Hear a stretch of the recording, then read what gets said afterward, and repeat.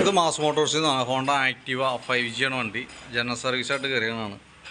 Service കൂടാതെ കൊണ്ട് അതിൻ്റെ ഫ്രണ്ട് ഒരു വെട്ടൽ പോലെ കംപ്ലയിൻറ്റ് പറഞ്ഞിട്ടുണ്ട്. ഹാൻഡിൽ വെട്ടൽ പറഞ്ഞിട്ടുണ്ട്. പിന്നെ ടയർ ഇടയ്ക്ക് പഞ്ചറായിരുന്നു. അപ്പോൾ അതൊന്നും ഡീറ്റെയിൽ ആയിട്ട് ചെക്ക് ചെയ്യണേസ് പറഞ്ഞിട്ടുണ്ട്. ബ്രേക്ക് ചെക്കപ്പിൻ്റെ കേസ് പറഞ്ഞിട്ടുണ്ട്. Accelerator cable, water service, pollution test, ഇതൊക്കെയാണ് മെയിനായിട്ട് നമുക്ക് ജോബ് കാർഡിൽ രജിസ്റ്റർ ചെയ്യുന്ന കംപ്ലയിൻറ്റ് കേട്ടോ. അപ്പോൾ നമ്മൾ സർവീസുമായി ബന്ധപ്പെട്ട് അതിൻ്റെ ബാക്ക് ബ്രേക്കിൻ്റെ ഭാഗത്ത് നമ്മൾ അഴിച്ച് ചെക്ക് ചെയ്യുന്നുണ്ട്. അപ്പോൾ ലൈൻഡറൊക്കെ നമുക്ക് അത്യാവശ്യം നല്ല ലൈൻഡറാണ്. കമ്പനി ലൈൻഡർ തന്നെ കിടക്കണം. ഉപയോഗിക്കാനുണ്ട്. തൽക്കാലം ക്ലീൻ ചെയ്ത് കയറ്റിയത് ക്യാമൊക്കെ ഒന്ന് ഗ്രീസ് ചെയ്ത് റീസെറ്റ് ചെയ്താൽ മതി.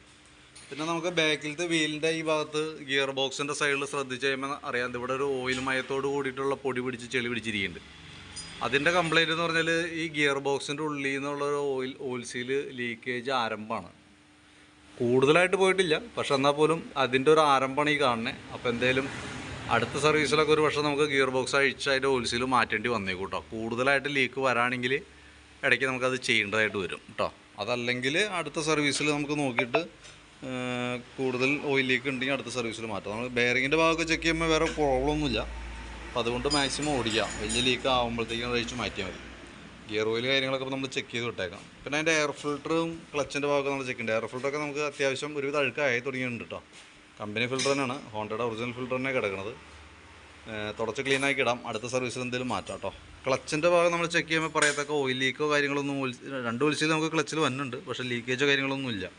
ബെൽറ്റിൻ്റെ കണ്ടീഷൻ നോക്കുമ്പോഴും നിലവിൽ ഹോണ്ടയുടെ ബെൽറ്റാണ്, കമ്പനി ബാൻഡോ ബെൽറ്റാണ്, ഹോണ്ട ബാൻഡോ എന്ന് പറഞ്ഞിട്ട്. അതിൻ്റെ സെൻറ്റർ പോർഷനിലേക്ക് നോക്കുമ്പോഴും ചെറിയൊരു ക്രാക്ക് തുടങ്ങിയിട്ടുണ്ട്. പക്ഷേ അതിന് വേണ്ടിയിട്ട് നമുക്കിപ്പോൾ മാറ്റേണ്ട ആവശ്യമില്ല. നമ്മൾ ഓരോ സർവീസിൽ നമ്മൾ ഡീറ്റെയിൽ ആയിട്ട് ചെക്ക് ചെയ്യുന്നുണ്ട്. അപ്പോൾ കൂടുതൽ പ്രശ്നമായിട്ട് തോന്നുകയാണെന്നുണ്ടെങ്കിൽ ആ കൂട്ടത്തേക്ക് നമ്മളത് മാറ്റി വിടും. ഇതിപ്പോൾ തൽക്കാലം ഓടിക്കോളും എന്തെങ്കിലും. പിന്നെ അതിൻ്റെ variator body, boss drive, roller set അടങ്ങുന്ന യൂണിറ്റാണത്. അത് നമ്മൾ ചെക്ക് ചെയ്യുമ്പോൾ ഒരു അല്പം തേമാനം തുടങ്ങിയിട്ടുണ്ട്, പക്ഷേ മാറ്റേണ്ട ഒരു സിറ്റുവേഷൻ ഒന്നും ആയിട്ടില്ല. ഈ റോളറൊക്കെ നോക്കുമ്പോൾ അറിയാം ചില ഭാഗങ്ങൾ കൂടുതലായിട്ട് തേമാനം വന്നിട്ടുണ്ട് കേട്ടോ. അപ്പോൾ അത് നമ്മൾ ഓരോ സർവീസിലും ഇത് ചെക്ക് ചെയ്യണമാണ്. അപ്പോൾ കൂടുതൽ പ്രശ്നമായിട്ട് തോന്നാണ് അതിൻ്റെ പ്ലാസ്റ്റിക്കിൻ്റെ ഭാഗം പൊട്ട എന്തെങ്കിലും ചെയ്യുകയാണെന്നുണ്ടെങ്കിൽ നമുക്കത് അപ്പം മാറ്റിയാൽ മതി. ബെൻഡെക്സ് യൂണിറ്റിൻ്റെ പെർഫോമൻസും ചെക്ക് ചെയ്യുമ്പോൾ ഓക്കെയാണ്, വേറെ പ്രോബ്ലം ഒന്നുമില്ല. അതിൻ്റെ വെയിറ്റ് സെറ്റ് യൂണിറ്റ് തന്നെ ക്ലച്ച് ഷൂ എന്ന യൂണിറ്റാണ്. CVT ക്ലച്ചിൻ്റെ മെയിൻ ഒരു പാർട്ട് എന്നാണെങ്കിൽ പറയാം. അപ്പോൾ അത് നമ്മളൊന്ന് ചെക്ക് ചെയ്യേണ്ട, പെർഫോമൻസൊക്കെ ചെക്ക് ചെയ്യുന്നുണ്ട്. ടൈറ്റോ കാര്യങ്ങളൊന്നുമില്ല. അപ്പോൾ നമുക്ക് ഓരോ സർവീസിൽ നമ്മൾ നോക്കുന്നുണ്ട്. ആവശ്യമാണെങ്കിൽ നമ്മളത് അഴിച്ച് ഗ്രീസിങ് നടത്തും. അതല്ലെങ്കിൽ 1 ഇയർ, ഒരു വർഷത്തിനുള്ളിൽ എന്തെങ്കിലും നമ്മളത് ചെയ്യും കേട്ടോ. ഇപ്പോൾ നിലവിൽ അതിൻ്റെ പ്രശ്നമില്ലാത്തതുകൊണ്ട് അഴിക്കേണ്ട നമുക്ക്. അഴിക്കുമ്പോൾ അതിൻ്റെ ഓയിൽസിൽ കാര്യങ്ങളൊക്കെ നമുക്ക് മാറ്റിയിട്ട് വേണം സിസ്റ്റം ചെയ്യാൻ. പിന്നെ എൻജിൻ ഹെഡിൻ്റെ ഭാഗത്തേക്ക് വരുമ്പോൾ ഇവിടെ ഒരു ലീക്കേജ് ആരംഭമാണ്. ഇതല്ല ഓയിൽ ലീക്ക് തുടങ്ങിയിട്ടുണ്ട്. അപ്പോൾ ആ ഗ്യാസ്കറ്റ് ലീക്കായി തുടങ്ങിയാണ്. ആ കൈയോടെ നമുക്കത് മാറ്റിയിട്ട്, അത് കൂടുതലായിട്ട് ആവണേക്കാളും മുമ്പ് തന്നെ കൈയോടെ മാറ്റി കളയാട്ടോ. ചോക്കിൻ്റെ കേബിളൊക്കെ ചെക്ക് ചെയ്യുമ്പോൾ വർക്കിംഗ് ഒക്കെ ഓക്കെയാണ്, വേറെ കംപ്ലയിൻ്റ് ആയിട്ടൊന്നുമില്ല. ആക്സിലേറ്റർ കേബിൾ റേസിംഗ് കാണിക്കുന്നത് ആ കേബിളിൻ്റെയാണ് കംപ്ലയിൻറ്റ് കേട്ടോ. അപ്പോൾ ആക്സിലേറ്റർ കേബിൾ മാറ്റിയാലാണ് അത് ക്ലിയർ ആവുള്ളൂ. പിന്നെ ഫ്രണ്ട് ഭാഗത്തേക്ക് വരുമ്പോഴത്തേക്കും ഫ്രണ്ട് ബുഷുകളൊക്കെ ഒന്ന് അഴിച്ച് ഗ്രീസ് ചെയ്യാനുണ്ട്. ഫ്രണ്ട് ബുഷ് സെറ്റ് ഒന്ന് അഴിച്ച് ഗ്രീസ് ചെയ്ത് റീസെറ്റ് ചെയ്യാം, കംപ്ലയിൻ്റ് ആയിട്ടൊന്നുമില്ല. പിന്നെ അതേപോലെ തന്നെ ബ്രേക്ക് ക്യാമൊക്കെ ഒന്ന് അഴിച്ച് ഗ്രീസ് ചെയ്ത് റീസെറ്റ് ചെയ്യാം.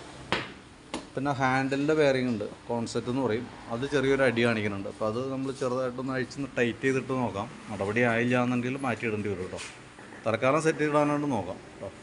പിന്നെ അതേപോലെ ബാറ്ററിയുടെ ഭാഗം നമ്മൾ നോക്കുന്നുണ്ട്. 12.78 വരെ വോൾട്ട് കാണിക്കുന്നുണ്ട്. ബാറ്ററി ടെസ്റ്റിലേക്ക് കൊടുക്കുമ്പോഴും നിലവിൽ കംപ്ലയിൻ്റ് ആയിട്ടാണ് കാണിക്കുക അവിടെ കേട്ടോ. പക്ഷേ എന്നാൽ പോലും സെൽഫൊക്കെ വർക്കിംഗ് ആണ്.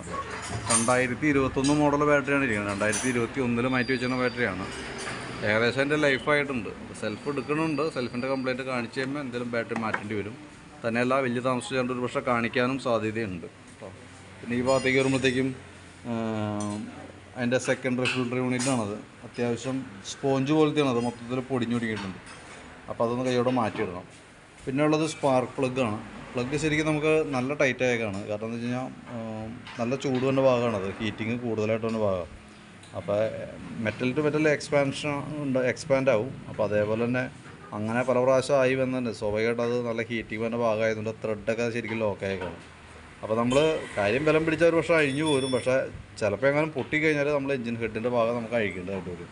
തൽക്കാലം അതങ്ങനെ യൂസ് ചെയ്യുക. നെക്സ്റ്റ് സർവീസിൽ നമുക്ക് നോക്കാം. കൂടുതലായിട്ട് പ്രശ്നം കാണിക്കുക, സ്റ്റാർട്ടിങ് പ്രോബ്ലം എന്തെങ്കിലും കാണിക്കുകയാണെങ്കിൽ അടുത്ത സർവീസിൽ നമുക്കത് അഴിക്കേണ്ടതായിട്ട് വരും കേട്ടോ. അല്ലെങ്കിൽ സ്റ്റാർട്ടിങ് കംപ്ലയിൻറ്റ് കാണിച്ച് ഇടയ്ക്ക് തന്നെ നമുക്കത് അഴിക്കേണ്ടി വരും. എന്തെങ്കിലും അപ്പോൾ അങ്ങനെ അഴിക്കുമ്പോൾ എങ്ങനെ പൊടിഞ്ഞു പോരുക, പൊട്ടിപ്പോരുക എന്തെങ്കിലും ചെയ്യുകയാണെങ്കിൽ അത് അഴിച്ച് ക്ലിയർ ചെയ്യേണ്ടതായിട്ട് വരും കേട്ടോ. പിന്നെ എഞ്ചിൻ ഓയിൽ മാറുന്നുണ്ട്. അതൊക്കെയാണ് മെയിനായിട്ട് വന്നാണ് സർവീസ്. പിന്നെ വാട്ടർ സർവീസ് പറഞ്ഞിട്ടുണ്ട്, പൊല്യൂഷൻ ടെസ്റ്റ് പറഞ്ഞിട്ടുണ്ട്. അതൊക്കെയാണ് മെയിനായിട്ട് പറഞ്ഞേക്കണ വർക്കുകൾ. അപ്പോൾ ഞാൻ അതിൻ്റെ ഒരു ഏകദേശം ഒരു എസ്റ്റിമേറ്റ് നോക്കിയിട്ട് അതിൻ്റെ ഡീറ്റെയിൽസ് ഒന്ന് വാട്സാപ്പിലേക്ക് ഇട്ടേക്കാം. നോക്കിയിട്ടൊന്ന് റിപ്ലൈ ഇട്ടാൽ